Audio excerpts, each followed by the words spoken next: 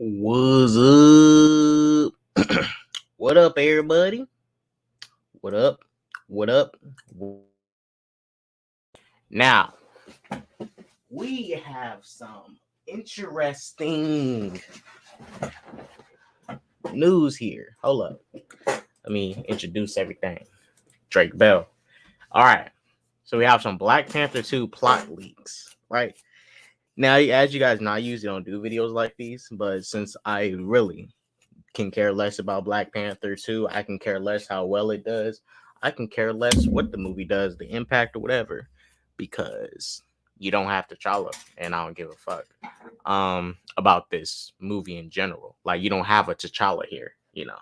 Yeah, all this other stuff from Wakanda's cool. You got the Dora Milaje, all them. Yeah, they're cool. But T'Challa is Wakanda. You don't get Wakanda without T'Challa. You don't get Gotham City without Bruce Wayne. You know, these characters is very integral to this stuff around it, right? Now, we're gonna do this plot leak reading. It's a lot. This shit is hefty. I read some of them so far, so we're gonna go over it again. But right now, we're just gonna read this and talk about it because there are some issues I have with some of this shit.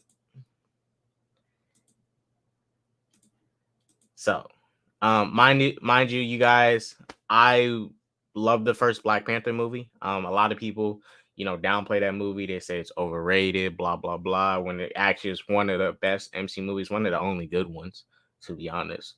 But we're going to go ahead, read these leaks, and see what's up. Let me get to these comments real quick. Theo said, I got to run and do mine, but I'm here. 2 cell phones and a laptop affords a brother to be in 2 places at once. Shouts out Theo. Thanks, Dio. Gabor Major. I hope I said your name right. Gabor Major. You and me the same. What's up? Started early on this. Yep. I had to get this out the way because I got some other stuff I got to do. I'm working on a video about Black Adam right now. You doing a review? And what up, Superboy? All right, let's get into these leaks. Let's go. Full screen this motherfucker.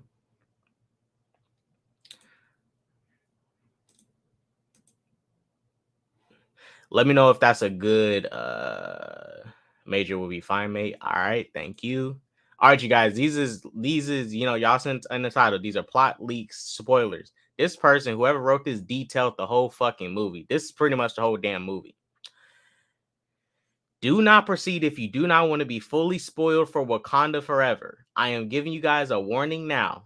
This is spoilers. It says in the title that there's spoilers amongst us. Do not proceed if you do not want to be fully spoiled for Wakanda Forever. Right? You got your warning. Now let's begin. The info comes from a burner account who will answer any questions you may have in the comments below. So look out for the gracious, and that's the handle of their Reddit. We can confirm from what we have heard elsewhere that this is all true. So for this TFTMQ, we are not going to say take it with a grain of salt. Stay tuned in the comment section for the mid-credit scene to be shared. So without further ado, let's begin. What up, AMBW? After I finish it, I might just have some people join. So if anybody wants to join and talk real quick, we will discuss this for a short moment. It opens with a long take of Shuri basically trying to synthesize an artificial recreation of the herb to try and save T'Challa's life. The widow predicted this. Shouts out Ashley. We don't know until later that he was suffering from an unknown illness that he kept from those around him. Red flag already. That sounds like what Chadwick did. That sounds exactly like what Chadwick did. Didn't tell nobody else around him, kept it to himself, and kept it pushing. So that's how we doing it. Okay. Yeah, this is so tied to Chad. Like, they're literally tying this to Chadwick. At this point, you might as well not call T'Challa in the movie T'Challa. Just call him Chadwick at this point. You might as well just call him Chadwick. This is literally Chadwick. When it's supposed to be T'Challa. This is what I'm talking about. This weird shit they doing. This is the equivalent. If you took Paul Walker's character, Brian, from Fast and Furious, and he died in a car crash in a very similar fashion like he did in real life. That's some weird ass fucking shit that don't need to be recreated like that for profit. The fact that you making people go pay for a damn funeral is already weird as shit, but whatever. After I waited, why are going to store wall ads forever at the box office anyway? That's what they get for not recasting. Yep. Let's get back to the reading. She's frantically trying to test different variations through simulations with the success rate for it to work being around 28%. During this, an AI keeps informing her of T'Challa's plummeting heart rate and vitals. Multiple other scientists try to convince her that maybe she just go be with him for his final moments, but she resists. Eventually, she starts to generate in her with a 29% survival prediction and tries a race to give it to her brother, but is stopped by Ramonda saying he's already gone to the ancestors. We get T'Challa's funeral with his casket being taken away by a Wakandan ship. So the heart-shaped herb just stopped working? Why the fuck is he sick? So the heart-shaped herb just stops working like that? Damn, I guess that shit is weaker than the super soldier serum. It just stops working. It doesn't fight against diseases and illnesses and shit when he's fucking superhuman. You're superhuman for a fucking reason. My gosh. Oh my gosh. What's the point of being superhuman and you get fucking sick? That shit is so stupid. You're super fucking human. You ain't supposed to be getting no motherfucking flu. You ain't supposed to be getting, like, come on. God, do people don't know the concept of the superhuman, like superhuman durability, all that shit? What the fuck is this? They toning down the superhuman aspect of shit. His body's supposed to be able to, fight against illnesses and shit. And now Shuri has to make an artificial herb for T'Challa when he already has a herb in his body. What? That's dumb shit. It would have been hilarious if Black Panther 2, Avatar 2, Aquaman 2 all would have been released around the same time. They would have destroyed each other. Facts. It sounded a lot like exploitation of Black trauma. It is. This is exploitation of Black trauma. I cannot believe Ryan Coogler sat there and approved this shit. Ryan Coogler literally sat and he should be the one knowing how Hollywood takes Black trauma and exploits it. Like, he should know fucking better. What's up, Knight? That is a straight exploitation right here. Let me read this again for the new people that just came in. It opens with a long take of Shuri basically trying to synthesize an artificial recreation of the herb and try to save T'Challa's life. We don't know until later that he was suffering from an unknown illness that he kept from those around him. That is literally the same exact. That is literally Chadwick. That is literally fucking Chadwick. You might as well call it T'Challa Chadwick at this point. Some fuck. I mean, depending on the powers, for example, like Captain America, right? Toxins can't affect his body. That's the thing with the super soldier serum. Most toxins don't affect his body. Like, his body is internally, his organs, all that is a lot more durable than usual. Remember when Bucky shot him in like 3 times and he was still walking and fighting in Captain America Winter Soldier at the end? Most people would die from that. But Captain America got shot 3 times. He was still pushing, still fighting. I'm not saying every superhuman is invincible. For example, Wolverine, he has a healing factor. He shouldn't be getting sick. Hulk has a healing factor. In no fucking way should he be getting sick. Deadpool has a healing factor. In no way should someone like Deadpool be getting sick. The flu, like, you heal. Your body's going to counter any illness. I'm not saying T'Challa has some healing factor like them, but the heart-shaped herb gives you superhuman durability. Makes you more durable than any other human on this planet. So fighting sicknesses should be easy peasy lemon squeezy. It's like saying Cap died of sickness. I'm gonna give Ryan a pass on this movie until praying on MCU downfall. He may die if he don't get that treatment. Cap don't got no, so Cap doesn't have a healing factor like Hulk, right? He's durable. Cap is durable, but his healing is not not rapid. He can heal, but it's not like Hulk's healing, Wolverine's healing, Deadpool's healing. Even Spider-Man, has a slight healing factor, but Spider-Man still, if he gets shot, you got to take out the bullet itself. His abilities will keep him from dying so soon, like most people would. High Top Dot, what up, man? Hell, this is the same T'Challa that got tossed in some snow, and he was like on the brink of death and still survived. We then jump 1 year, and Shuri has become obsessed with innovating technology, but not working on an artificial herb. At the same time, Ramonda is dealing with the international pressure to share vibranium with other nations. So that's what T'Challa put in place. Something she says they will never do because the evils they are capable of. That's what T'Challa should have been doing in the first movie. Shit, they giving Ramonda T'Challa's characteristics from the comics that he should have. What up, Bo? This is also demonstrated by France essentially using covert operatives to try and steal vibranium from a Wakandan research site. Lake Bell's character has a ship that has located vibranium deep beneath the ocean surface after it is confirmed. They are attacked by Namor and his people. They kill everyone aboard, and it results in everyone in the know believing it was done by Wakandans. Shuri and Ramonda mourn T'Challa, it having been 1 year since his passing to the day.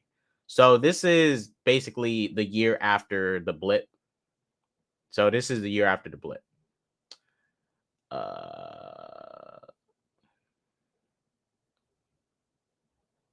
They kill everyone aboard and result in everyone in the know believing it was done by Wakandans. Shuri and Ramonda mourn T'Challa it having been 1 year since his passing to the day.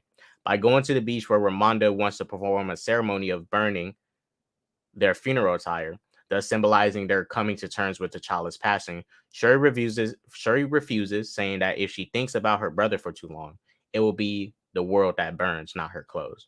Ramonda tells her when T'Challa died, she walked as far away as she could until she reached the water and sat and thought of him. And at that moment, she felt him next to her with his hand on her shoulder. See, so far this shit doesn't sound bad. You know, if this was like 10 years later in the MCU, and T'Challa got a fully realized arc, all this shit would be sounding so beautiful right now, but it ain't. Shuri rejects it, saying that's a construct of her mind and T'Challa is truly gone. Namor emerges from the water and confronts them about the attack on the vessel, trying to propose an alliance. He claims that they aren't the only ones with vibranium and dislocation of it threatens both of them, but mainly his people and knowing of their existence. Shuri and Ramonda don't fully believe him. Shuri claims no one should be able to locate vibranium like that or that it even exists outside Wakanda. But Namor says that all he wants is the person responsible for the technology, and if they find them and kill them or turn them over to him, it will solidify their partnership. But he also says that they can tell no one of his existence or that would solidify them as enemies. So right now in the movie, Namor and Wakanda have a alliance to an extent. Yeah, which also doesn't. And you're right, Arkham. But see, even that doesn't make sense because his healing factor should heal his face. But dumb comic book nonsense. After reaching out to Ross and finding out that the person responsible for the technology is an MIT student, Okoye and Shuri, much to Ramonda's disapproval, go to find Riri Williams to get her to safety, not only from Namor but the CIA searching for her. We discover Riri didn't sell her vibranium locator to the government, but her teacher did without her knowing. They go to her garage but are quickly found by the CIA and they must fight their way out. Okoye in a car, Shuri on a motorcycle, and Riri in her test armor. While they are initially successful, Namora and Atuma ambush them on a bridge. So that's the scene we saw in the trailer where Atuma and that girl was on that bridge and it's at night and knock both Riri and Shuri unconscious. Okoye successfully kills all the warriors but Atuma, and after a largely even fight, Okoye is disarmed and knocked into the water, but she also witnesses the fallen soldiers rising. Fully alive again, Shuri awakens and barters to be taken to Namor to plead with him not to kill Riri, since she isn't a participant in the people looking for vibranium. They agree and take her and Riri to Talokan. That's basically Atlantis. Upon finding out that Shuri was taken, Ramonda strips Okoye from the Dora Milaje for her failure, breaking Okoye's spirit. Damn, Okoye got booted. Shit, everybody going through it. Okoye got fired from her job. Shit. Cap and T'Challa literally ran side by side in Infinity War, superhuman strength. T'Challa fell off a waterfall and survived. Not now what happened suddenly. That's what I'm saying. Like, real quick. T'Challa literally, with no herb in his body, was M'Baku and his men. M'Baku and his men ain't shit for that. They threw this man on some snow. On some fucking snow. He's damn near bleeding out and close to death. And they thought, hey, well, we'll keep him submerged in snow. He'll be fine. And that motherfucker didn't die. You telling me a sickness killed him and he has a heart-shaped herb in his body? That's fucking trash. That is trash. Bullshit. Nice headed. Honestly, sounds like a typical MCU movie. It does. It does. In Talokan, Atlantis. I don't know why they changed the fucking name. So stupid. Shuri tries to barter for Riri's life, and Namor shows Shuri Talokan and explains its origin. Around 1500, one of their shamans had a vision for the survival of their tribe by finding a glowing flower underwater. He believed it would give them all the powers needed to survive the invaders coming. However, Namor's pregnant mother didn't want to partake, but they convinced her on the promise her son would be the first one born to their new world. The flower turned their skin blue. So this is basically their version of the heart-shaped herb, but for Atlanteans. and gave them incredible strength, but they could no longer breathe and instead went to the ocean. Namor was born but was unique among them, with winged feet, pointed ears, and slowed aging. They believe him to be cuckoo.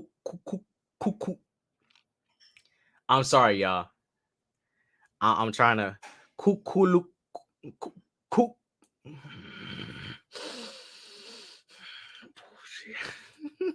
Shit. Cuckoo. Fuck that shit. However, his mother longed for her home on. This is what I'm talking about. Why'd you change Namor? Look, I'm not finna cap here and be all like, I'm some Namor fan, blah, blah, blah. But I remember Namor having some Aztec shit related to his origin, you know, Hispanic stuff. Like, I'm not saying you can't, I'm not saying that stuff is shit. I'm not saying the Hispanic culture and Aztec stuff is shit. What I'm saying is, why are you basically taking this character, changing his whole culture around just to fit the actor? Like, then just give the actor a character that fits his damn culture, which are in the comics. There's Hispanic characters in these comics. Just saying.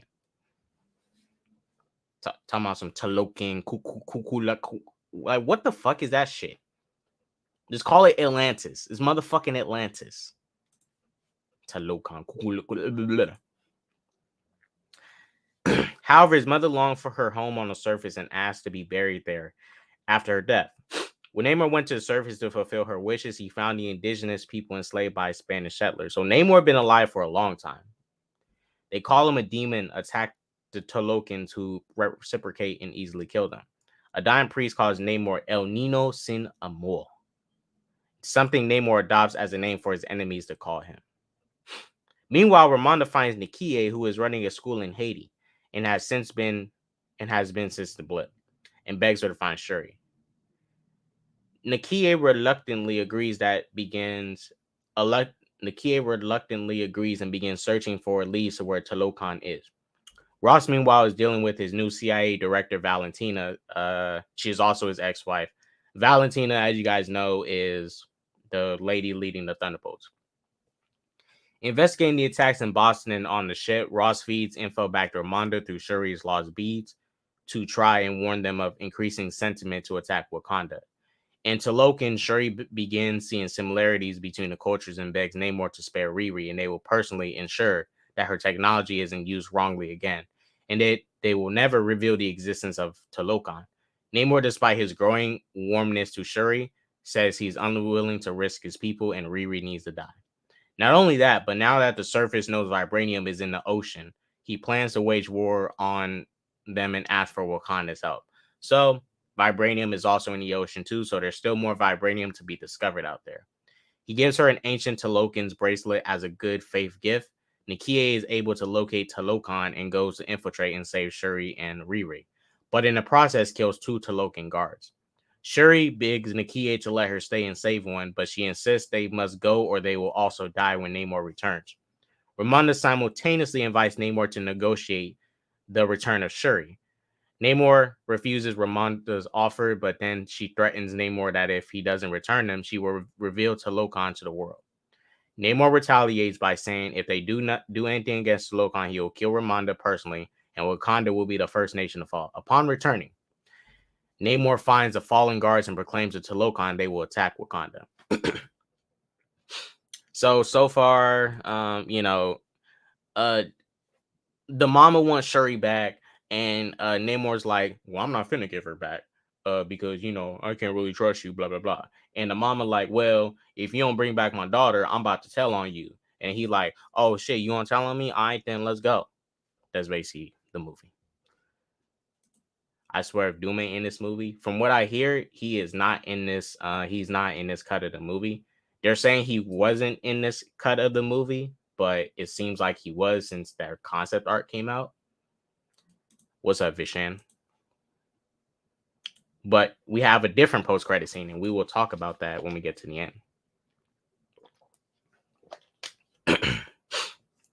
They attack Wakanda and Shuri. Riri Okoye struggles to evacuate and save as many people as possible. Oh, we're getting close to the part that wrecked my mind. Namor starts demolishing anything they throw at him, culminating in him partially flooding Wakanda and attempting to drown Riri and Ramonda. Ramonda saves an unconscious Riri from death at the cost of her own life. Fuck. So it wasn't enough black trauma in this movie. So first you kill T'Challa, then you got to kill his mom. Like damn. Like shit. The black trauma just gotta shit continue. They always gotta do some extra shit with us. Like what the fuck? So you kill his mama. Like what? I get it, stakes and stuff. You know, you want to have stakes. I'm not saying black people need to be invincible in these movies and shit. But looking at the context of T'Challa's life, starting at Black Panther, his daddy dead, uncle dead, his cousin tried to kill him, and then he had to kill his cousin. Now the mom and dad. What the fuck is going on? Now it's just Shuri left. Like, damn, that's that. In that soon you kill all these people. And look, I understand with the dad. You know, that's a different type of thing. His dad dies in the comics too. You know, it makes sense. But the mom, like all this shit, bro, what the fuck? And especially in this movie, like, damn, they just want to capitalize on trauma and shit. You know, trying to capitalize on that black trauma. It's what they like to do. Hollywood loves doing that. This movie is bad fan fiction with a $250 million budget, and honestly, so far, it doesn't even sound that interesting.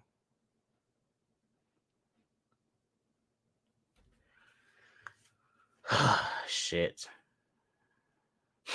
All right, let me get back to the part where I was at. Devastating Shuri now with no living relatives. Namor warns them he will return unless they completely surrender. Wakanda evacuates all people to the Jabari tribe mountains with the hope they'll be safe there.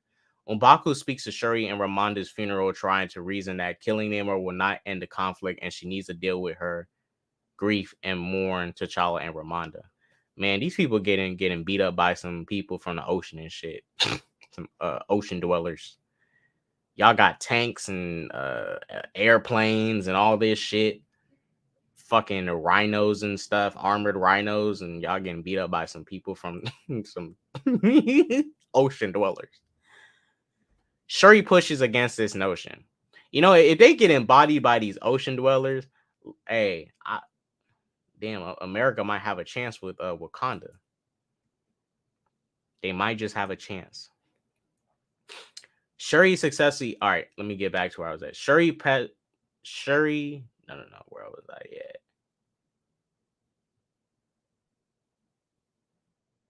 Shuri pushes against this notion. Shuri, with Nakia's urging, finally works on making a herb with the missing piece that helps her synthesize it. So Shuri is creating an artificial herb. This missing piece being a twine from the Talokan bracelet, which was made from a vibranium plant, the flower in Namor's story. Shuri is successfully able to take the herb and access the ancestral plane where she meets Killmonger. This is the shit that melted my fucking mind. This stupid ass fucking shit. He coaxes her to admit that she wanted him to show up because subconsciously she doesn't even believe in the ancestral plane, so she didn't think it mattered. Why would she think about Killmonger?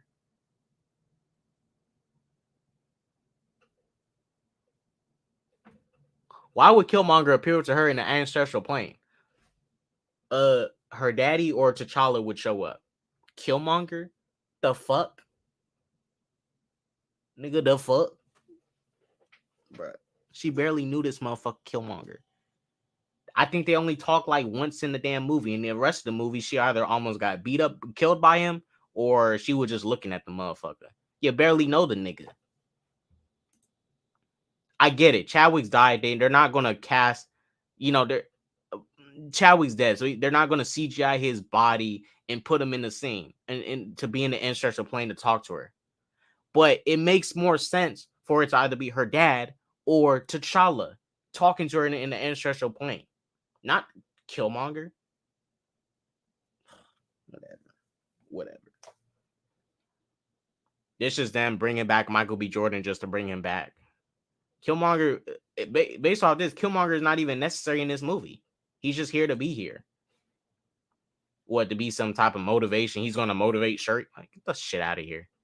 This movie doesn't sound bad. It just doesn't make sense without T'Challa. They're spreading out so much. It's like they're trying hard to keep us interested in a T'Challa story without him. So when he died, he still had the herb in his body, so he went there too. I have no issue with him being in the ancestral plane. My issue is why would he come to Shuri? Like he don't give a fuck about Shuri. He only give a fuck. You know what I mean, he only really cares about his dad. He don't care about T'Challa. He don't care about T'Challa's dad. He don't give a fuck about the Wakandans. He's probably soaking up a lot of knowledge in the ancestral plane, right? He's probably soaking up a lot of knowledge. But why the fuck would Killmonger come to Shuri in the ancestral plane?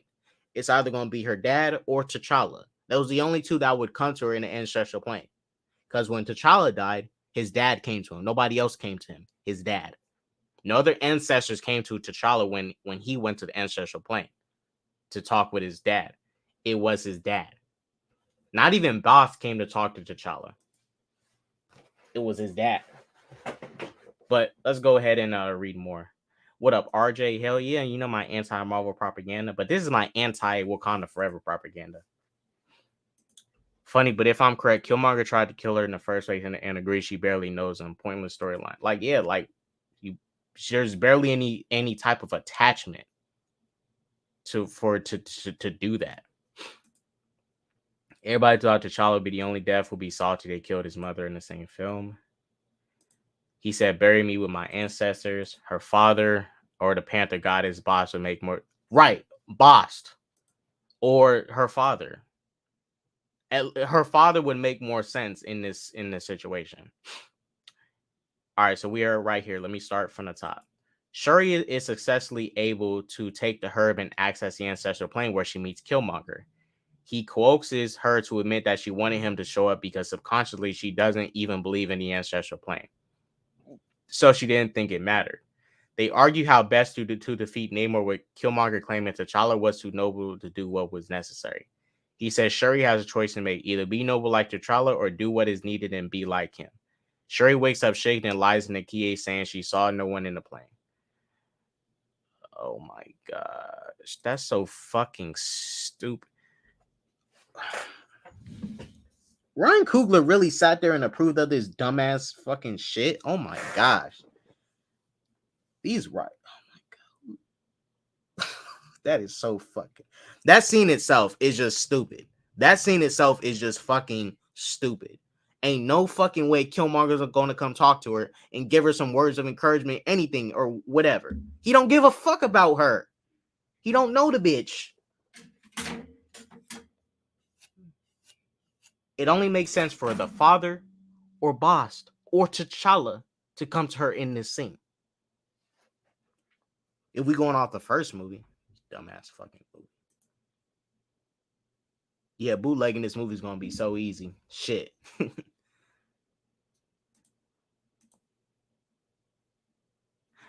Vishan, a lot of this stuff is lining up with the original leaks. Now, this shit could be wrong, but a lot of this is lining up with those original leaks I read, especially about the part where T'Challa is died from a sickness in this movie.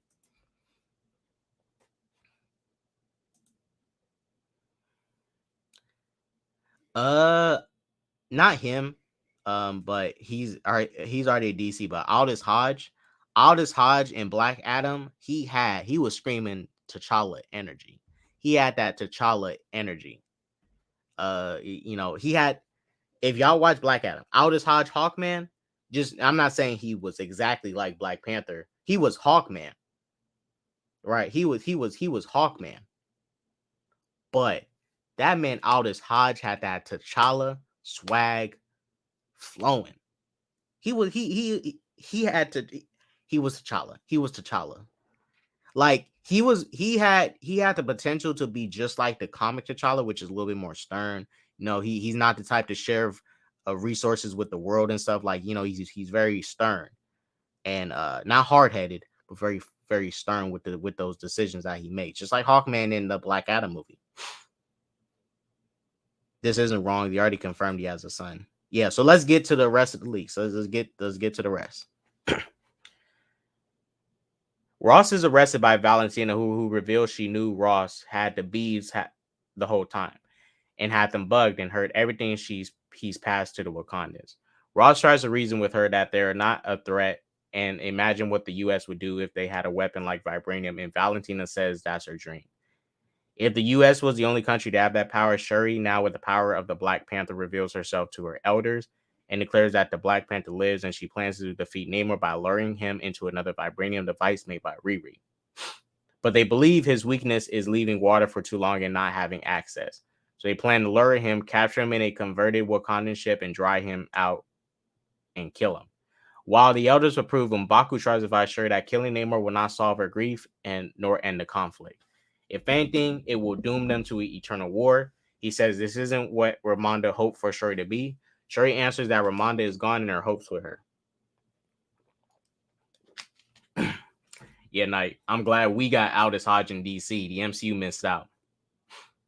After luring Namor into their trap, Nakia Okoye, now in the Midnight armor, M'Baku and Riri, also in new armor, fight the Tolokans and Namor. Shuri fights ruthlessly and with Riri's help, gets Namor in a ship fitted with heating tech and begins to weaken him.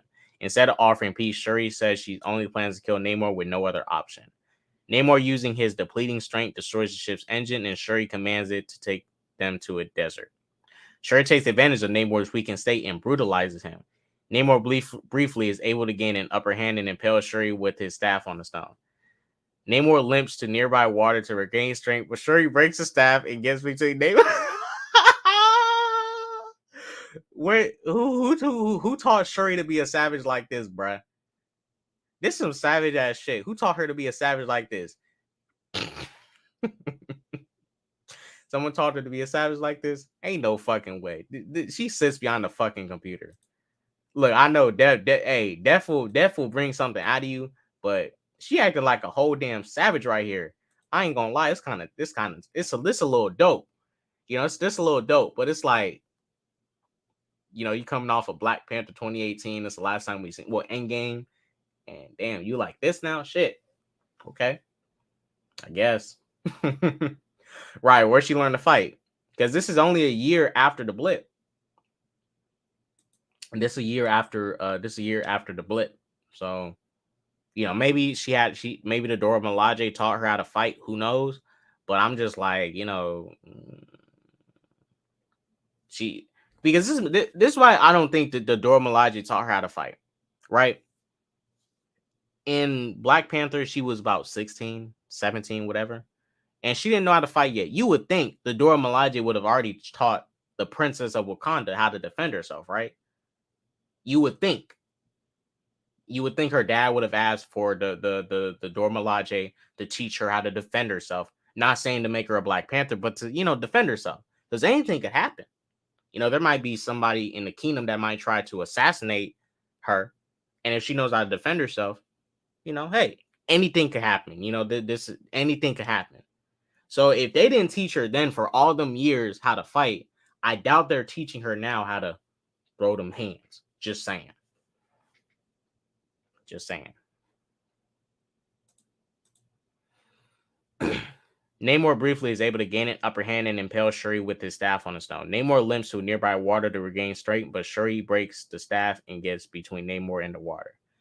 A question, you guys. In the comics, does Namor need to stay submerged in water constantly? Like, how does him work breathing on land work? Does he always need to be close to water and stuff? Because with the way they're portraying this Namor, if you keep him away from water for too long, he's going to, you know, die. If anyone can answer that, any Namor fans, if y'all can answer that question for me, that would be cool. She says Wakanda forever and crosses her arms, detonating the crash. What? She says Wakanda forever and crosses her arms, detonating the crash ship and burns Namor fatally.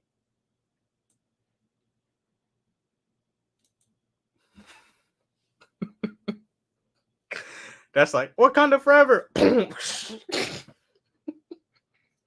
Okay, Shuri, I guess. Okay.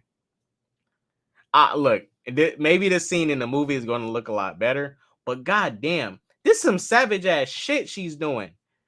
She says Wakanda forever and crosses her arms, detonating the crash ship and burns Namor fatally. What the fuck? Damn. Who taught her? Shuri on some Michael Myers shit. What the fuck? She puts his spear to his neck, ready to kill him. At the same time, the Wakandans are losing to the Talokans at sea.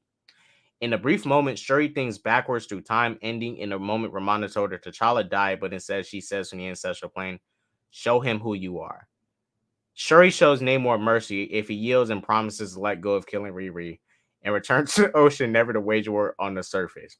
In return, Wakanda will protect them in their existence. Namor yields and they return together and cease conflict. This is what Namor gonna look like.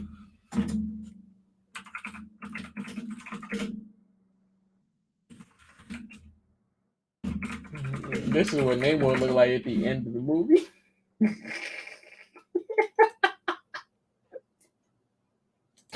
Oh my gosh, she got Namor looking like this.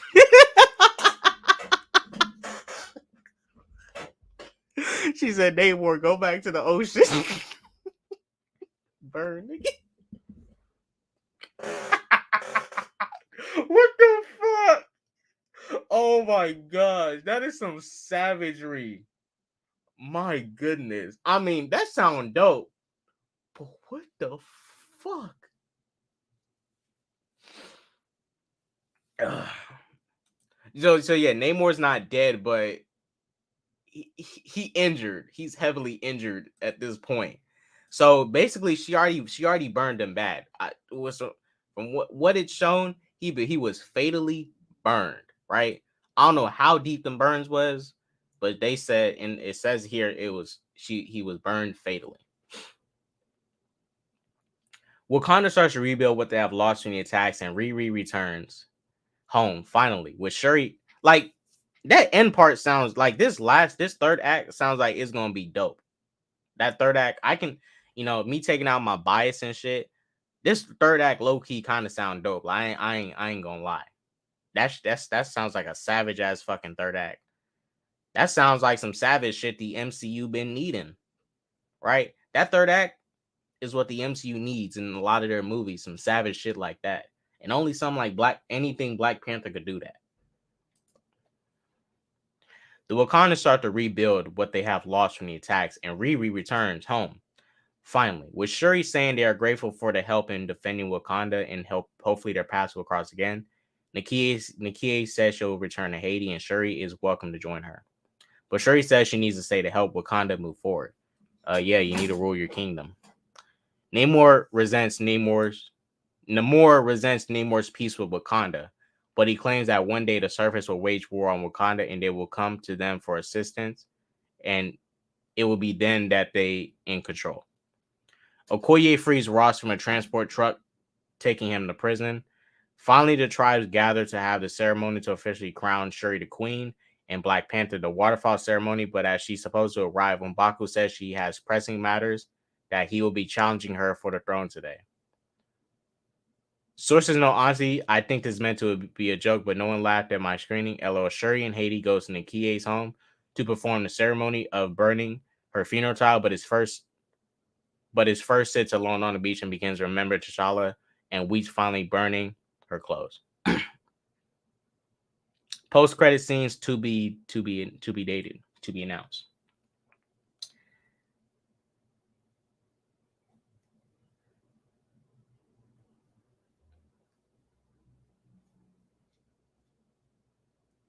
So where's the post-credit scene at? So supposedly the post-credit scene is supposed to be about T'Challa. Yeah, okay. So T'Challa's son. So they're going to do away to name T'Chana. I can't help but recall that being the name of T'Challa's son in one comic I read, Marvel's Zombies. So yeah, in the post-credit scene, it's going to get revealed that T'Challa and Nakia had a baby. Does anyone else feel this was a movie that put a rift between Hispanics and Blacks? What about the blatant appropriation of Kukulkan Khan and the Maya culture? Yeah, that's right. Look, I ain't finna cap and act like I'm some Namor fan, but all that Mayan stuff, like, that's not. It's like with Superman, when they tried to put so much Christianity into his character when he's literally made by Jews, and he's a Jewish character. He's made by Jewish people. Not saying he's Jewish, but the world with Hollywood, they wanted to put all that Christianity tied into his character, and you see it in multiple movies, all the Jesus imagery and stuff and all that.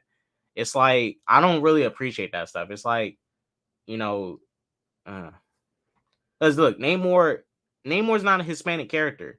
You have Hispanic characters you can use for that.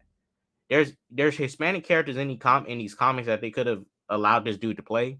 Where if he wanted his culture to be so tied to it, do it with a Hispanic character. You know, not a Atlantean, not with this dude from under the ocean that's a Atlantean. I'm just saying.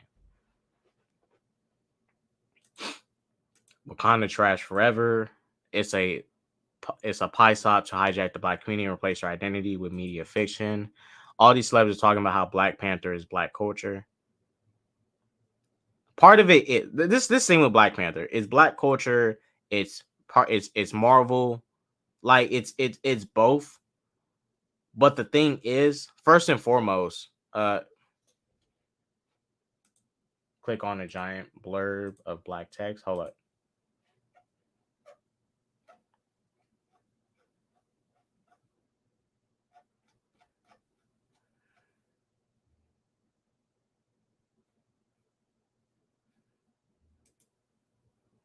Okay. Hey, all, it's me. In addition, let me just say, and I mean this in complete sincerity, this film is incredible. Obviously, super sad, but a really moving story that's just as rich and thoughtful, if not more, as the first. I'm going to put the mid-credit scene below, but I actually encourage you not to read. For me personally, it really was emotional, and you're not normal MCU setups thing, more like an epilogue. It's moments after Shuri burns her clothes, Nakia approaches her and reveals her son, like her son, like 5, she had with T'Challa before the blip.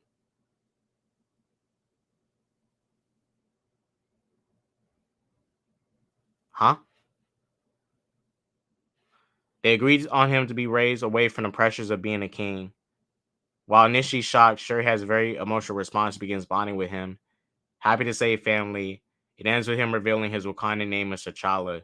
Shuri cries but also smiles with Nakia. Let me just say it's a fairly long scene. There's no edge of, oh look, a new Black Panther is truly treated as an emotional end for a film. So they had a baby before the blip. And it was like, hey, let's hide the baby so he doesn't get pressured to be king. Even though T'Challa doesn't have to pressure him to be king. Okay.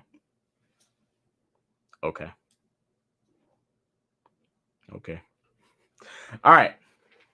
So yeah, another black boy growing up without a father. Yeah. Black son growing up without a father. You did it again, Marvel. You did it again. You did it again.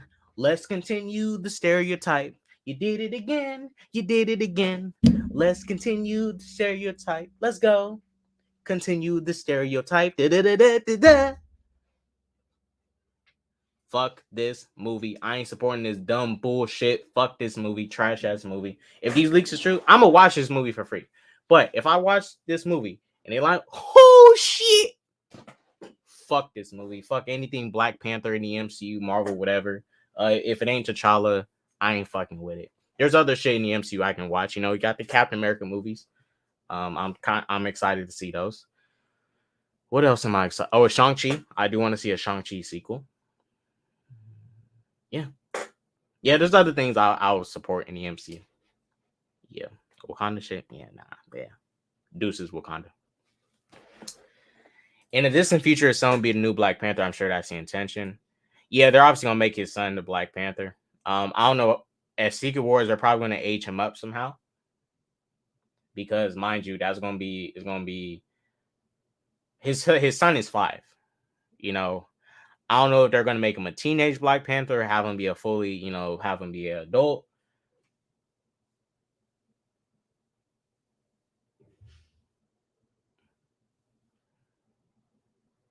But what it seems like, looks like they're going to, make him Black Panther. So more than like he's going to get aged up, or that's if these movies are going to do huge time skips in between to get to to age them up faster. I think a lot of these movies might just be doing time skips. We're going to see huge time skips in these movies to actually get T'Challa Jr. to become T'Challa. But I don't want no fucking T'Challa Jr. Honestly, like I don't want no multiverse T'Challa. I don't want no Shuri as fucking Black Panther. I don't want no I don't want this shit. But whatever, it's whatever. Namor illegally crossing Wakanda. I think Kevin Feige is trying to tell us something. He probably is. So technically, they'll recast T'Challa, but if it's the son, that'll be he's gonna get. This is not the recast out. Yeah, this is not. No, this is not it.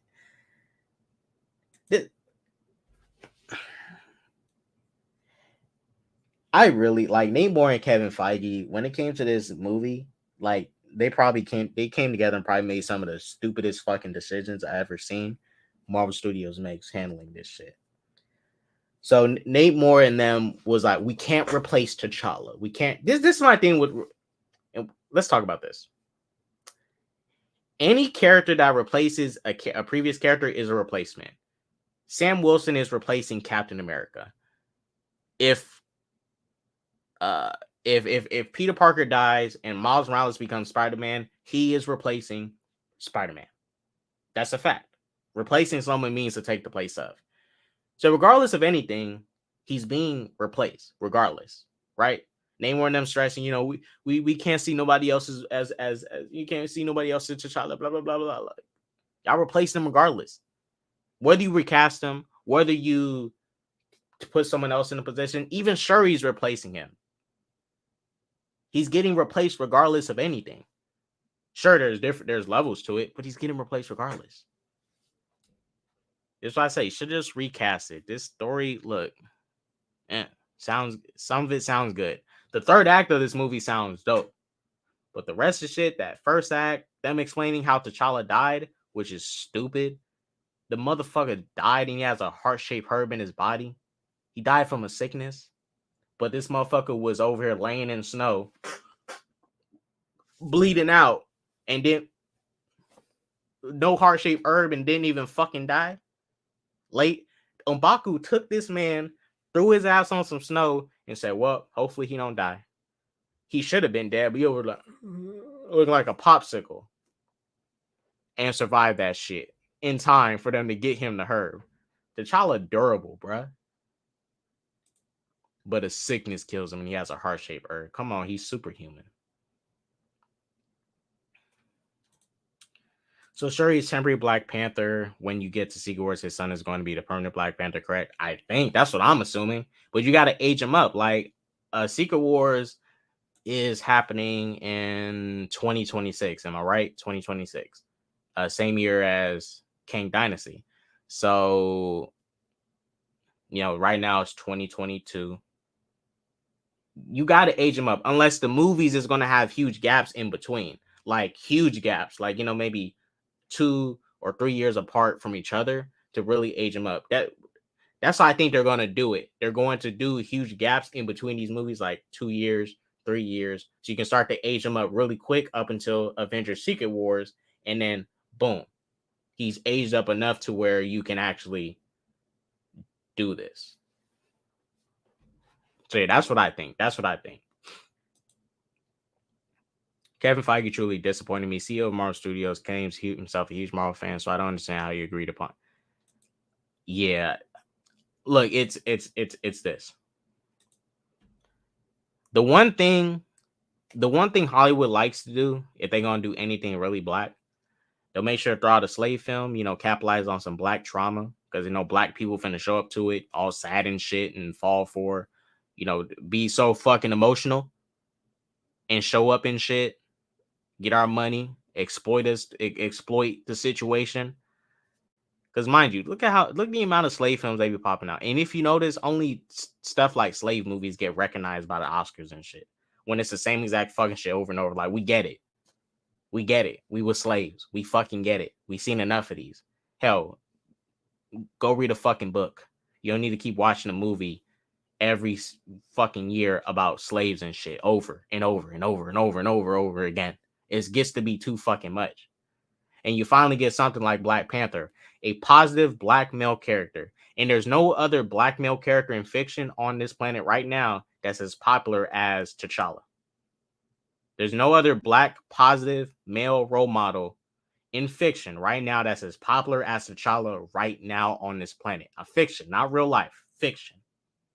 And that's sad that he's the only one that's on that level. And then they just whoosh, killed him off. Because really look at Wakanda Forever, right? How many positive black male role models was in this movie that I just read? M'Baku? M'Baku ain't no fucking T'Challa. He's M'Baku. He ain't no T'Challa. He's M'Baku, from the white 8 tribe. He was like more, he was barely, he was just a side character in the first movie. Sure, he's gonna have a bigger role here, but like M'Baku and the dude's a villain in the comics anyways. They just turning him good because it's the MCU Disney and shit.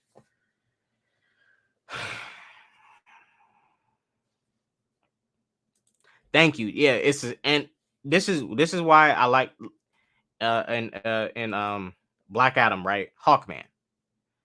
They didn't nothing about him. Yeah, he dressed like he was black, you know, listening to hip hop music and stuff. But nothing about him. They didn't have to bring up. He didn't have to bring up like, you know, I'm a black man in America. They just gave us Hawkman. He happened to be black, but they gave us fucking Hawkman. Right? He wasn't mentioning, you know, yeah, you know, black people, we get oppressed in this country. I'm not saying we don't. We do. But he wasn't like just mentioning key things and them know like I'm black. It's like we know you black. Just act like a normal person. We know you black. You don't need to tell us that you black. Be black and be you. That's it. And he did that.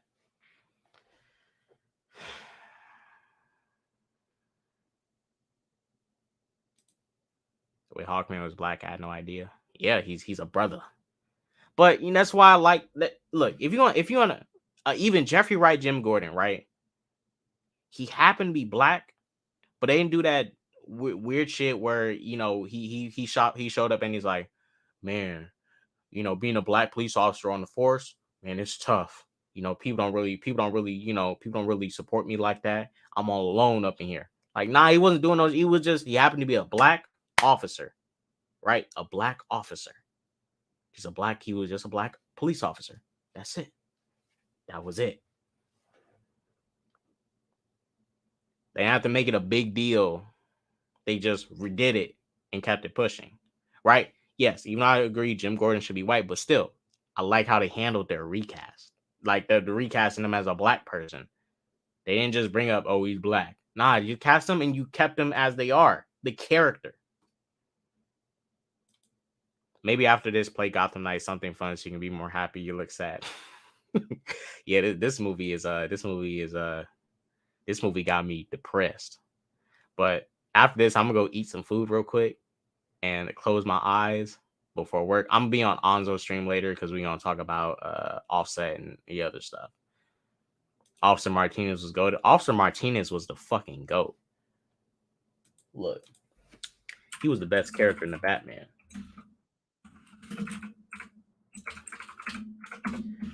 Hope we get a Batman sequel of Batman and Officer Martinez stopping crime. That would be dope.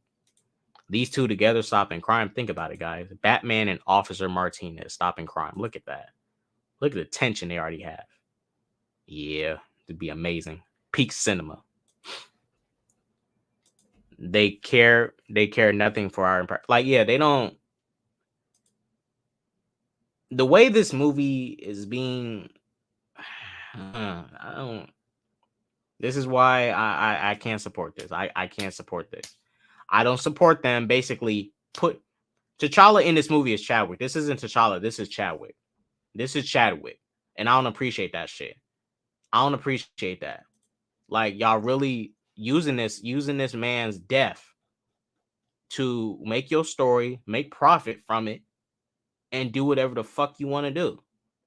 It opens with a long take of Shuri basically trying to synthesize an artificial recreation of herb to try and save the child's life. We went on to later that he was suffering from an illness that he kept from those around him. That's the same exact fucking shit Chadwick Boseman did. Same exact shit. You might as well call him Chadwick in this movie. Don't call him T'Challa. That's Chadwick Boseman. That is Chadwick Boseman. Y'all inserted Chadwick Boseman into this movie.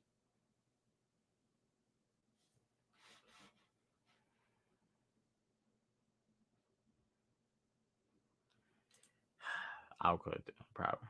Now I'll be using F2 movies. F2 movies legit. Barely any ads and shit. 1, 2, 3 movies we having too much ads and stuff. Too many pop-ups. That should be make me mad. Hopefully F2 movies got a good quality version. Surprisingly, when I watched Thor 4 on a certain site, the quality wasn't too bad. I was able to watch it. I didn't get the full high HD quality, but you know, I was able to see it good enough.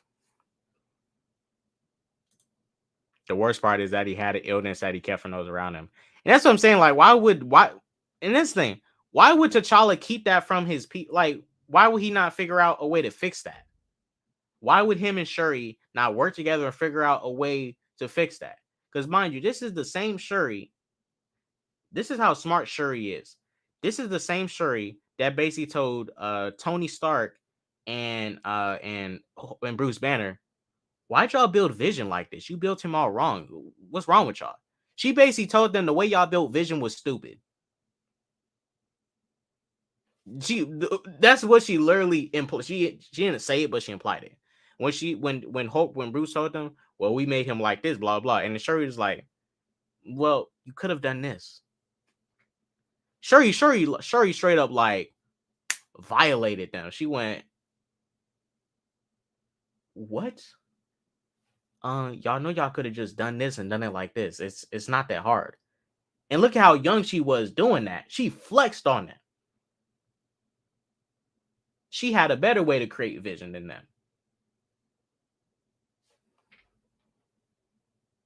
Like, Shuri is smart. And Wakanda has the resource. You're telling me they couldn't find a cure for whatever illness this is? And fuck having to find a cure. He has a heart-shaped herb in his body. Why is the herb not fighting against any attacks on his internal organs and stuff? That's the point of having superhuman abilities. Shoot, Captain America literally, if most toxins he inhales do not make him pass out because his body counteracts it. Black Panther, The Real Housewives of Wakanda. Hollywood widows like self-awareness to actually put that in the script. Agreed. Do they specify? No, they don't specify what the disease is, and I doubt they will. They're not going to tell us what the disease is in the movie. It's going to be it's going to be a disease with no name. You know, they're just going to call it a sickness. But this movie does seem like keeping up with the Wakandans, like a super soap opera like type of shit. Keeping up with the Wakandans. Mm-hmm. They wanted to badly pay tribute to Chadwick. They forgot about the character. This is what I'm saying. Look, I'll literally tell you guys how they could have paid tribute to Chadwick for a whole 10 years. For a whole 10 years. Without doing this. Every Marvel movie, when they started off with the intro, it's an intro with the Marvel Studios opening, just like they did for let me see. I'll show you guys literally what they could have done. They could have done this for a whole 10 years to really remember Chadwick and honor him.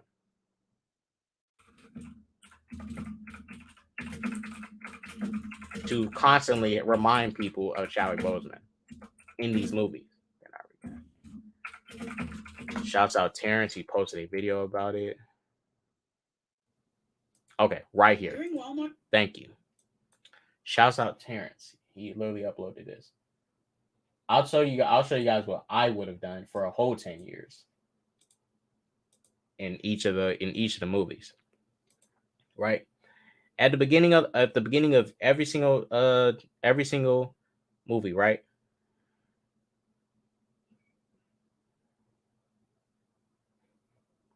See what they're doing with the Marvel Studios logo here in this at this showcase. Chadwick, T'Challa. They can literally do this in every MCU movie for the next couple years, 10 years, 5 years, or whatever. You know, I'm not saying these will be forever, but they can literally do this. If you need to, you know, remember and honor him, show that you care about him, because that shows you care about him. Put him in each of the intros and stuff, you know, remembering him. Or at the end of every Marvel movie, go like, hey, in honor and, you know, condolences to Chadwick. You don't need to do all this extra stuff, making a movie profiting off of another funeral. They're making another funeral to profit off of. They basically saying, you want to come see this funeral? Come pay for it. Come pay for this funeral. Nobody pays for no fucking funerals. Yeah, you pay to, and that's why in America, especially this, the way they handle death in America is so tragic. That's the one that is one of the few times you get exploited. You get exploited like crazy. When we had to lay my brother to rest, that shit was it was expensive. More than $5,000. Expensive as fuck. It's a large number, but that shit was expensive. Mind you, we're in SF. So expensive as shit.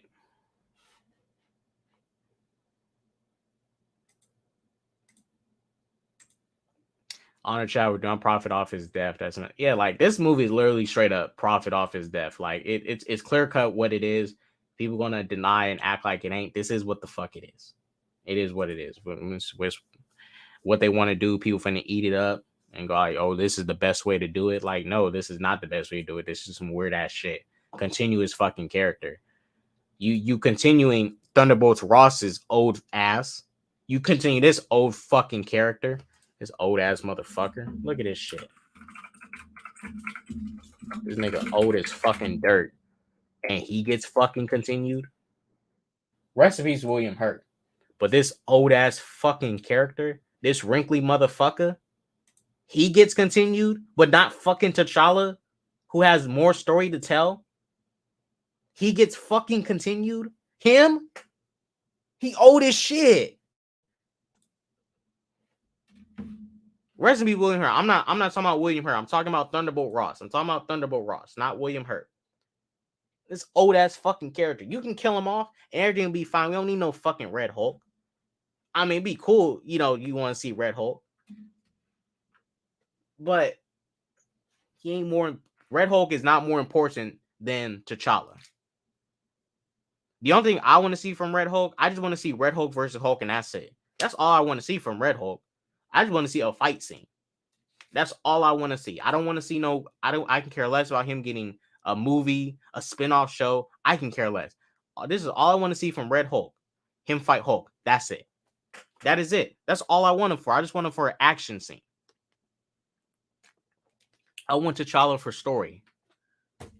Red Hulk, I just want him for action. That's how disposable his type of character is. Because you just want to see him go in a grudge match. And let's be real. MCU fans only want to see Red Hulk because what? We want to see him fight Hulk. Let's be real. And you guys, I'm not there's nothing wrong with that. If y'all just want to see him fight Red Hulk, that's fine. Because I want to see it too. It's the same thing with DC right now. There's only one reason why people want to see Black Adam versus Superman. They don't want to see it because of story reasons. They want to see it because they want to see them fight. That's it. They want to see it because they want to see them fight. I just want to see it because I want to see them fight. That is literally it. I can care less about the story. It can be a 30-minute fight, a high-budget 30-minute fight put on YouTube, sponsored by Warner Brothers Discovery, and I'll watch that shit.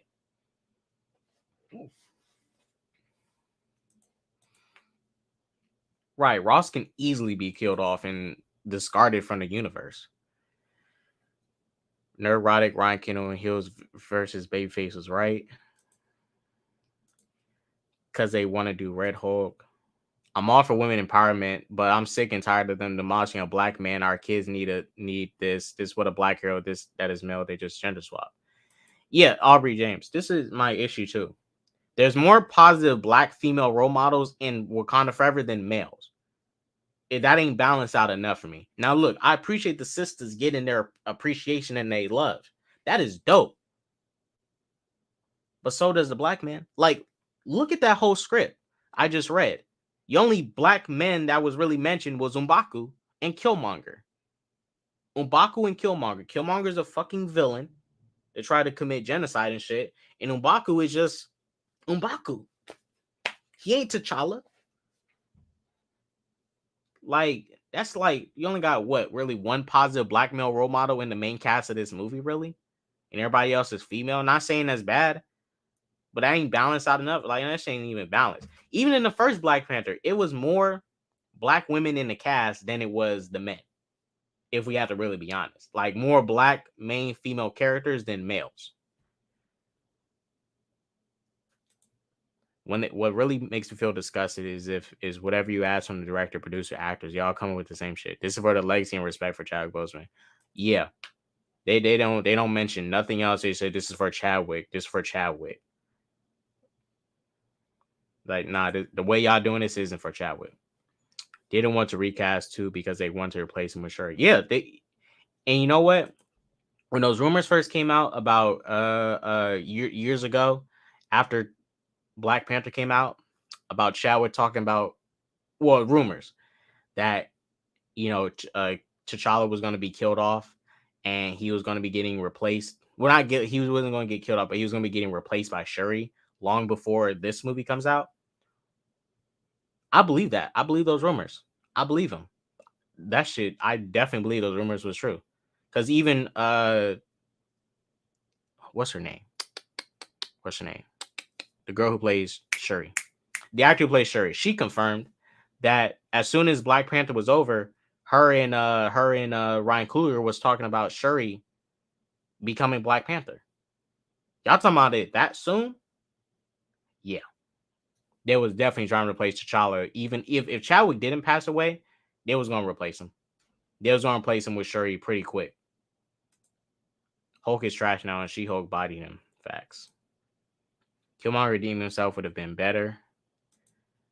Yeah, I don't know why Killmonger has no reason to be in this movie in the context of what I read. In the scene Killmonger is supposed to be in, it only makes sense for two characters to be there. Going off the first movie, what it established. The father or T'Challa. I understand Chadwick Boseman passed away. They're not going to do no CGI T'Challa. But those are the only two characters that make sense to be. This is why I say I'm trying to look at the story of this, and right now what they're doing is costing themselves a good story and letting the emotional shit get in the way of what they need to do. You know? And if y'all need it, and it's clear they needed more time to grieve. It's clear they needed more time to grieve. It is very clear. It's clear they shouldn't have shot this movie so soon. Because look at what this movie is. It's a funeral for Chadwick. I'm not saying this movie should have never been a funeral for Chadwick. It should have been a continuation of his character. Keep it pushing and continue the story as is. Honor Chadwick by doing something like in every MCU movie up until, for the next 10 years, every intro, Chadwick's in the intro. Chadwick Boseman's in the intro. I mean, it shouldn't be too hard to do that. Why not? Y'all, you care about this man. Fuck it, just do it. But they don't care about him and his character like that. They probably were going to do with Shuri like they did with female Thor, but they took advantage of Chadwick passing. Probably.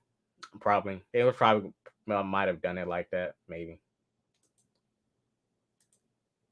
This is more so Kevin and Nate Moore's fault. This is Kevin and Nate Moore. Ryan, he's a director, so he has a contract. I mean, he was supposed to do this movie regardless of anything, right? Maybe he had an option to just say, I don't want to do this, I'm going to pull away, but I don't know what his contract's like. But, there's contracts and stuff. So either way, he would have had to do this movie regardless of anything. Because, Kevin Feige's like, he's going to pump out this movie. He's not going to let this movie just get scrapped. He's going to pump it out. And as we see, he did pump it out. He's not going to let this movie just get scrapped and just go like, nah, we're not going to do it, blah, blah, blah. No. So regardless, is like you either don't do it or you don't, or have faced some legal issues and stuff, right? And, you know, maybe he would have faced whatever probably potential legal issues there could have been if he chose not to do this, because, you know, there's contracts and stuff that they have to abide by. But this is Kevin Feige and Nate Moore's fault, because they are the shot callers. They're the shot callers. Yes, Ryan is a part of it for approving a lot of this stuff, but Kevin and Nate Moore, they are the producers. They're the ones who, you know, got to get the money together to make this shit happen. So yeah, just really their fault of why we're here where we're at, because they had a conversation about something that they had in minutes that should have been weeks, months, or you come back to revisit it, but you just on standby. They rushed this decision. They rushed T'Challa's story. They rushed this character. They literally rushed through everything. They did some DC shit. They did some BVS shit. You're rushing to all this shit. They just pulled some BVS shit with Chadwick Boseman with T'Challa. Rushing. And this is my thing. Why the fuck are they rushing? Why are they rushing? Why are you rushing anything? Kevin Feige knows in the long run. Kevin Feige knows in the long run. He wants to do this. He might stretch this to phase 50. Who knows? I might be exaggerating. But this is a endless money machine, the MCU. You think they're just going to end this? Hell nah.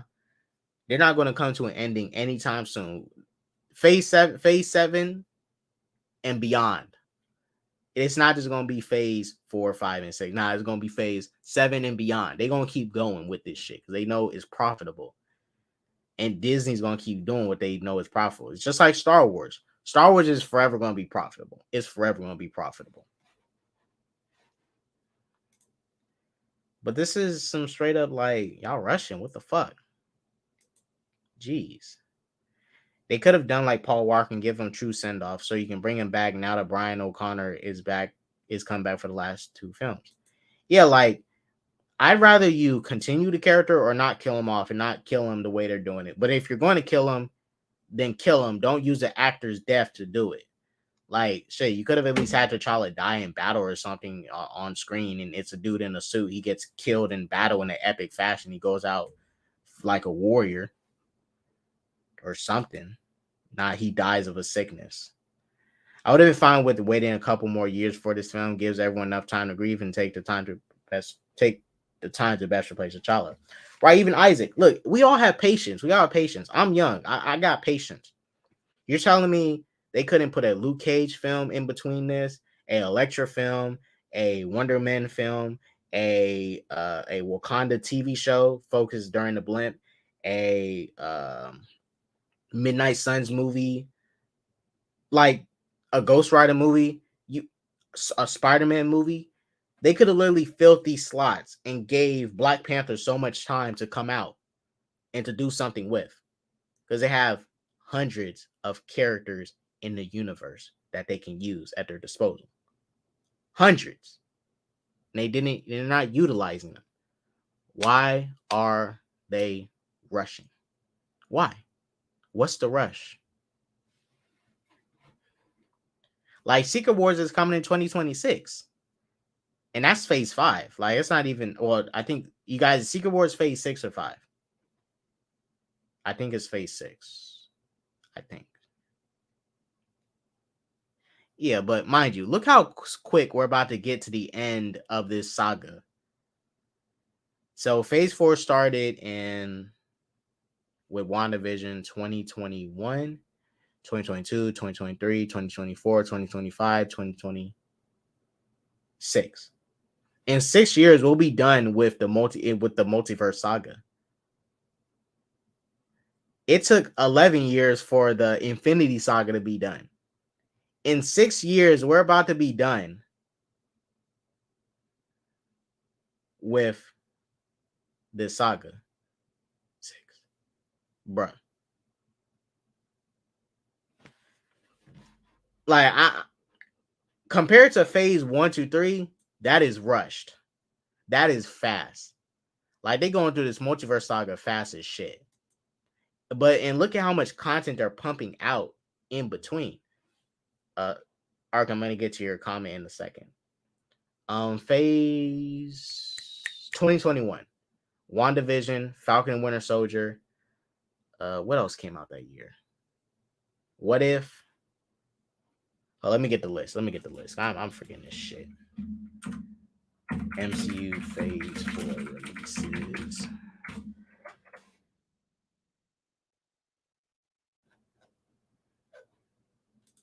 Hold up, guys. I need to get because they was pumping out a gang of shit.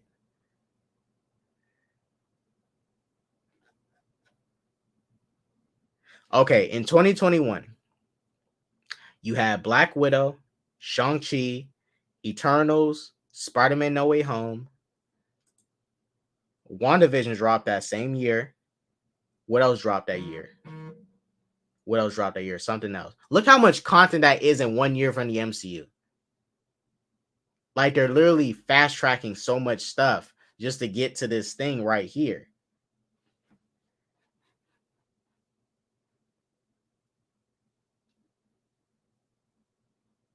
Now let me get the Arkham's comment real quick because he did ask.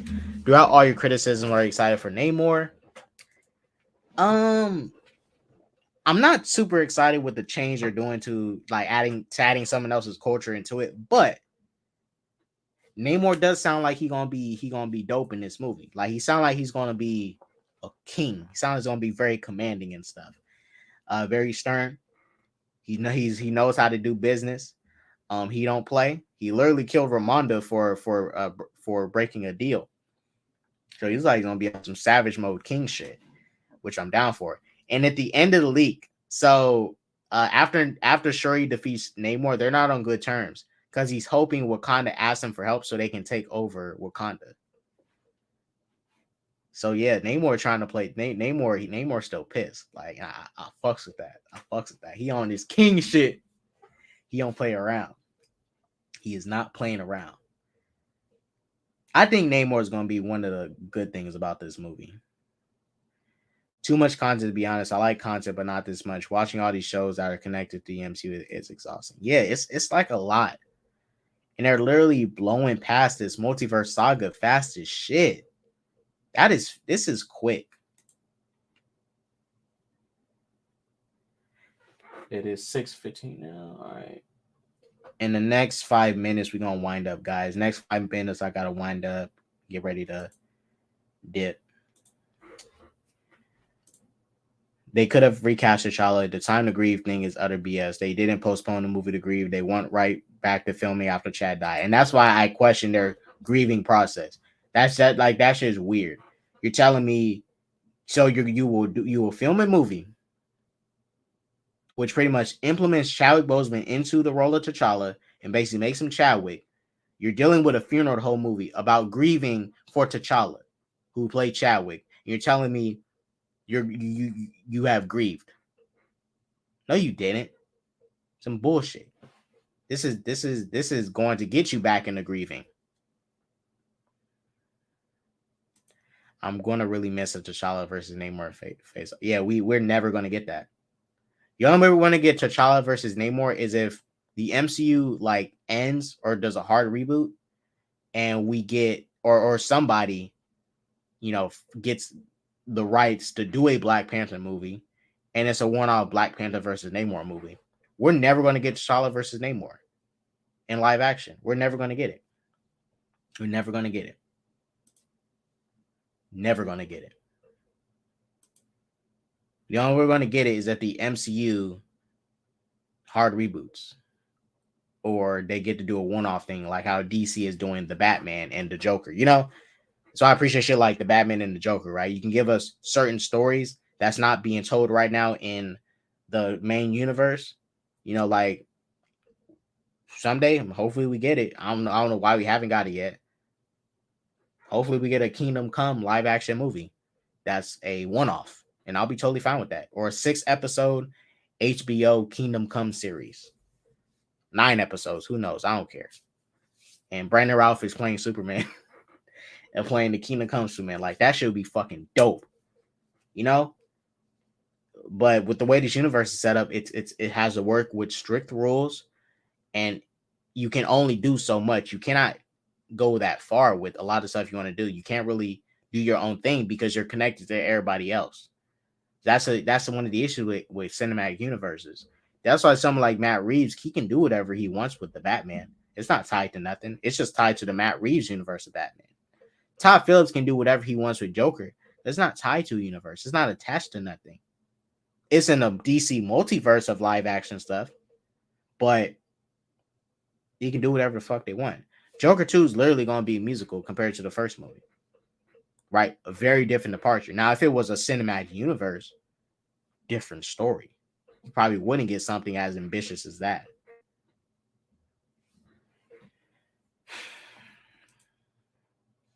This was set up to erase T'Challa from existing. Namor would be an anti-hero and Shuri would be his love interest.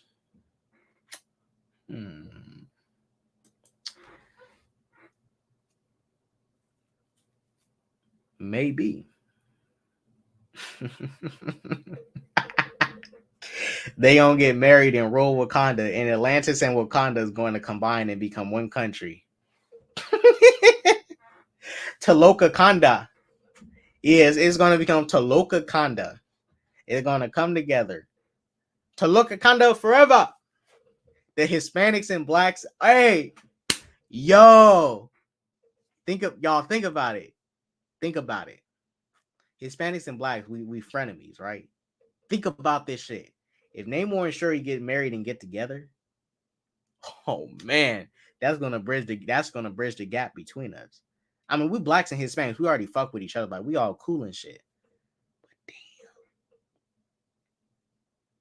damn, Hispanics and black people about to be going like Toloka Kanda forever.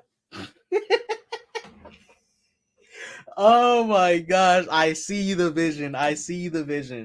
Bo, you might be onto something. I'm not lying. I can see that happening. I can see it. I can envision it. Because in the script, in this plot leak, Namor takes a liking to Shuri. Not saying in a romantic way, but he likes the way Shuri, carries herself as she's trying to plead for Namor to not kill Riri in this movie. Because they're both locked up in Taloka, and she's trying to plead with Namor to let her go and stuff, and that she would fix things. Hey, Kevin Feige better give me he better pay me my money. All right, you guys, we do got to get ready to wind it down now. Let me get to these last 3 comments, and then we're gonna head out. Nobody touch the nation. If that happens, I made that prediction on Twitter. Facts. You bring blacks and Hispanics together,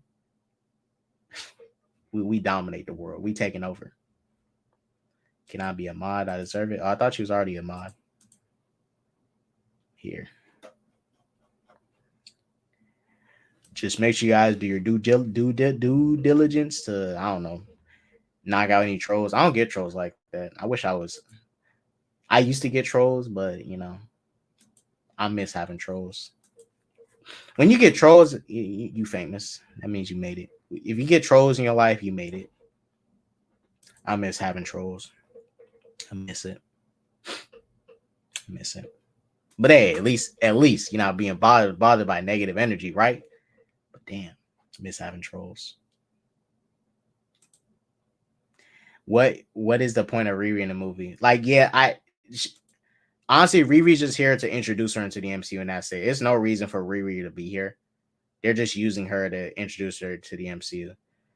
It would make sense for her to get introduced in Armor Wars, which is tied to Iron Man, and Ironheart is tied to Iron Man. So it just makes sense to introduce her in Armor Wars, not Black Panther. But whatever. Maybe it's because she's a black woman, and the majority of the people in this cast is black women leading the film. What are your thoughts on you have to pay money to be verified now on Twitter? I mean, it doesn't bother me. I can care less. So for the verified people, that's their problem. That's $8 they gotta pay. Damn. Hey, if I was verified, I'd be pissed too, but I'm not, so I don't. And I don't care if I was verified on Twitter or not. A blue check mark doesn't really you know, establish like you're this or that. It's just a blue check mark. It just shows that you verified and that your account is legit. It's not nothing false or whatever. It means your account is legit. But it's only $8. That's a lot just to be verified on this app. I mean, like $2, I understand. $3, but $8, that's like, yeah, that's a little too much. That's as much as that's literally what you pay for a Disney Plus subscription. $8 just to be verified? Yeah, no, it's not worth it. Not worth it. At least drop down that price because that's kind of ridiculous. That amount, and Elon Musk, he's he's an entrepreneur. So he's gonna find his way to get people to fund him and give him his money. He's gonna get his money regardless. And he's a businessman. How did you get back on Twitter? I just made a new email. I didn't want to make another one because I already have a second burner email. Well, second burner email. Got my school email. Got my main email that I use for business. I didn't want to have a fourth one, but I got it. I don't use it for nothing, but I just have it so I can have my Twitter. That's it. That's the only reason I got it.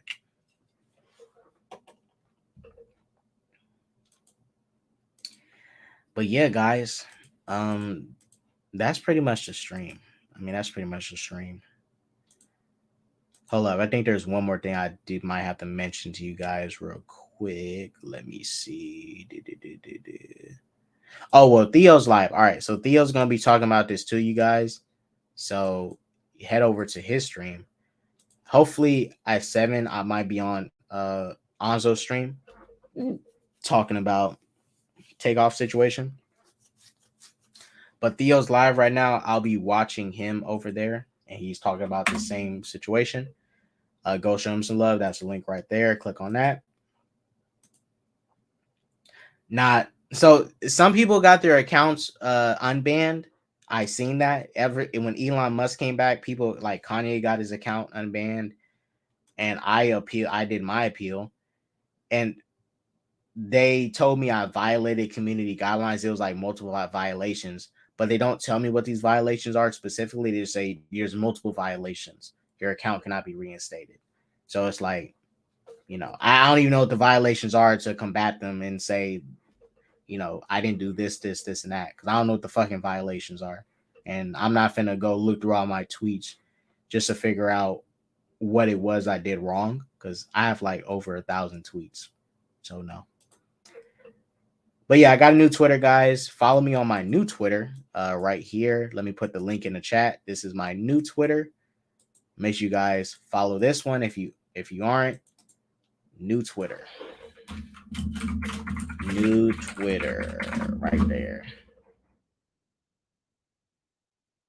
Yeah, Twitter, Instagram, Snapchat, all the social media apps, even TikTok, they do the same thing too. They don't really, I would say this, TikTok, they're a little bit more specific. Like they give you bullets unless you know like which category you exactly violated. So, but Instagram, Twitter, Snapchat, YouTube, like they don't be telling you YouTube. That was a little there'll be a little gray area sometimes with the YouTube stuff. Like they'll hit you with a violation, but if you appeal it and show them that there's another video that's very similar to yours that's doing the same thing, you can get it appealed. So as long as you got the proof and evidence, you good. But with Twitter and Instagram and Facebook, bullshit. Their community guideline violation shit is so dumb. If you follow me on Twitter, thank you guys for watching. Because of that peace, love, positivity, and all that jazz. Don't do drugs. I'll be back Friday with some Gotham Knights gameplay. I'll be off that day. We're gonna be doing some streaming. Gotta get my haircut that morning, but we're gonna be playing Gotham Knights Friday. New Game Plus. Hope you guys are there to turn up and turn out. And Oh, Arkham. I'm gonna try to get some panel people together who played Gotham Knights, and try to get some people from other channels I've seen that have played Gotham Knights, and I want to do a stream on my channel talking about the critics and their dumb critiques of Gotham Knights, and just talk about, give our own reviews of this game since we have beat it and played it. So at some point, I'm gonna hit you up about it. We're gonna get it set up. There's more people I need to get on this panel, but we're gonna do a Gotham Knight stream in the future, talking about the critics and their bullshit complaints of this game. Thank y'all for watching. Deuces.